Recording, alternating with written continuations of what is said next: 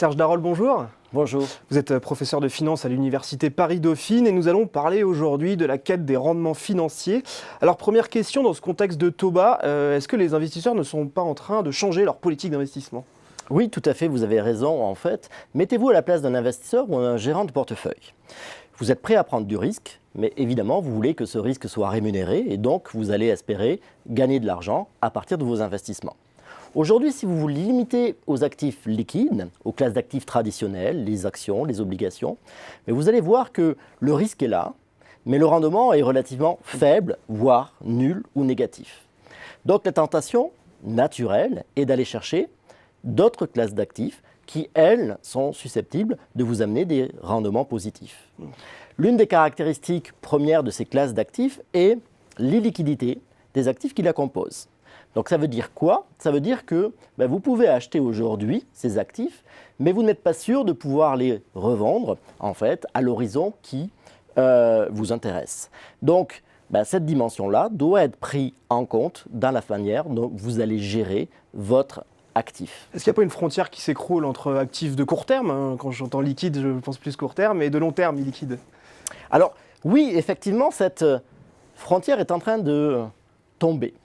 Et la conséquence, c'est qu'on trouve aujourd'hui des portefeuilles qui mélangent des actifs de court terme liquides avec ces actifs de long terme illiquides.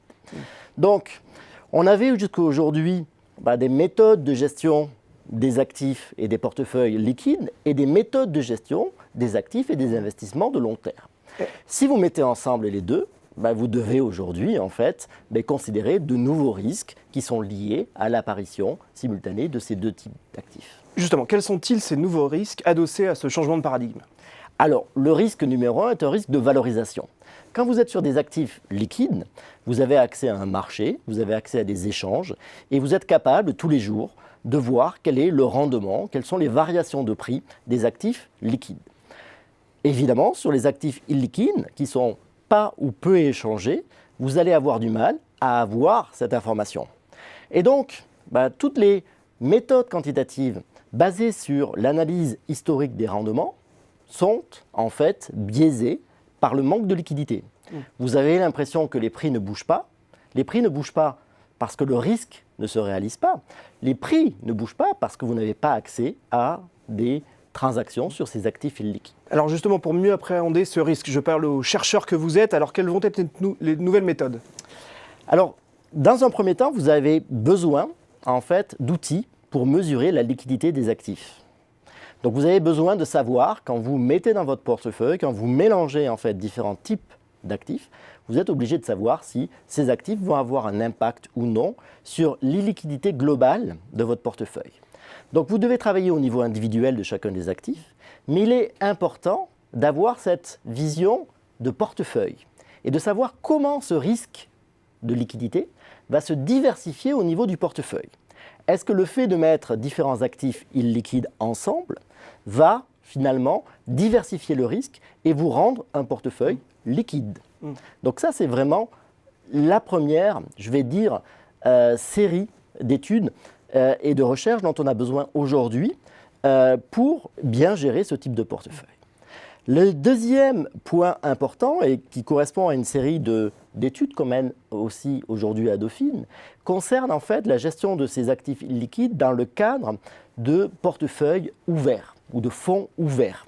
Donc vous avez des clients, ces clients demandent une liquidité journalière, mais pour leur donner du rendement, vous allez mettre dans le portefeuille des actifs illiquides.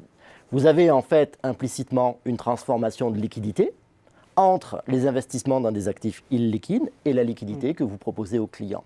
Donc comment vous gérez ça et dans quelle situation cette transformation de liquidité sera réellement risquée?